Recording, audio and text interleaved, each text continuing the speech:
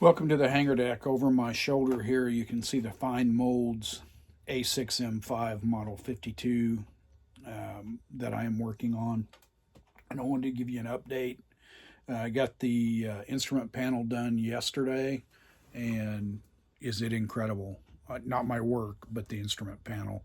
And as you can see, there is, well, I'll just number them off for you. There's two parts to the instrument panel. Then there is the wall, the cockpit wall that the instrument panel is attached to. And then there is an oil tank. And then there is the firewall. All of that is included in this kit. All of it needs assembled.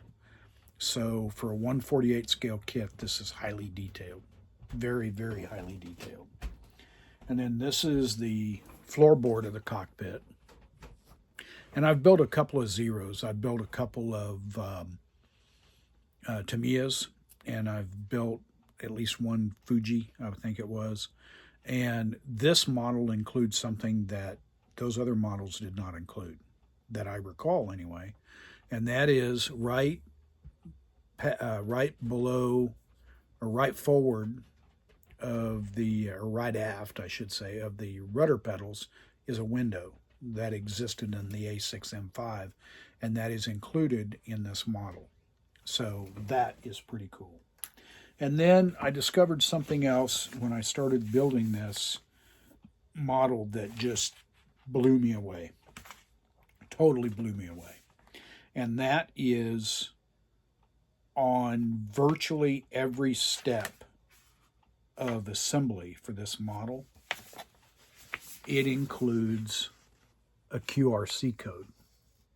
Now you might think, well, what's the QRC code for? And it says, check it on the website. And I kind of had a suspicion what this was going to be, and I was right. I clicked on the I scanned the QRC code. It led me to Fine Mold's website and a video on how step one goes together. That is a game changer for me. Not that really what it does mean is virtually any level of model builder can do this. Because if they're not sure where these two parts go together, it shows you in the video. It shows you in live action somebody putting that part together. I have never, ever seen that in a set of model instructions before in my life. Now, absolutely, there's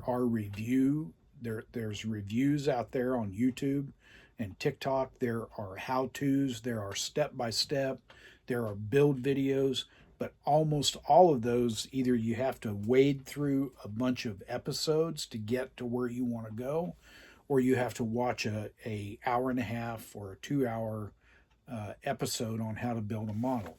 There is nothing wrong with that. I am not criticizing those people because they do really fine work. This is just so much easier to get to. You could be building this and say, I have no problems with step one.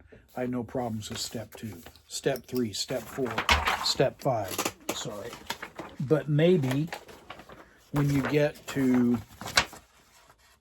step 12, or let's see here, step 14, actually it's step 10, maybe you have a problem with that. And you can go to that QRC code and watch that video. So this is really cool, really exciting. Never saw anything like this before. And it's making a big deal, or it's making a really cool model even cooler. So I'm really happy so far. Also, one other supplemental thing I wanted to share with you. If you've ever been to Plains of Fame in Chino, California, and you've seen their original Japanese Zero or one of the other original Japanese aircraft they have, in the wheel wells and in different parts of that aircraft, they have this funky blue, we call it zinc chromate or something like that. It's the Japanese version of that. And it's this really funky blue color. And it's sort of metallic, sort of not.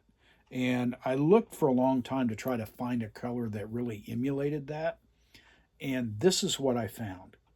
This is Mr. Color Metallic 216. And it comes about as close as anything to emulating that blue that's in those wheel wells and other places in the aircraft. And I was looking through the instructions and I realized I missed painting that on a particular part of this aircraft. I'm going to have to try to fix that. But that is really, that might be a handy fact for you to know. For the cockpit color, I use XF71. That is a Tamiya color. It's cockpit green from IJN, or with the IJN, Imperial Japanese Navy. I'm going to guess that the IJA, Imperial Japanese Army, may be slightly different.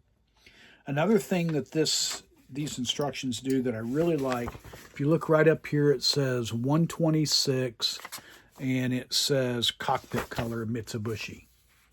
So that tells you what 126 is. Now later on, you'll see where it points out 126, but it doesn't repeat those. It doesn't repeat that phrasing that it's the cockpit color. So one of the things I do when I build a model is I'll go and find the color chart and I'll cut it out and I'll post it somewhere. Well, the problem with that on this particular model is if you cut that chart out, you're going to be cutting out an important detail on how to apply paint and decals and what have you. So you can't always do that. But it's really nice when they call out that number and they tell you what that number is. Then you can write it down, you can make note of it, what have you, and that'll save you a lot of effort later on. So that's your update on the Fine Molds A6M5 Model 52. And if you can get this kit, it's not easy to get right now. There's something going on with production. I don't know what it is. I don't have inside information with Fine Molds. I wish I did. I wish they would send me every kit they make so I could pre-build it for them. But, you know, you put your wishes in this hand and you put what you have in this hand and you put them together and that's what you got. But anyway, that's okay. You know, I'm not complaining. But that's your update. This is the first update on this build. I will be doing others. And man, I don't know if you can tell, but I'm pretty excited about this build. And I'm really happy with how it's going so far. Haven't hit any bumps, but I'm just getting started. So anyway, I hope you guys all have a fantastic day and happy building.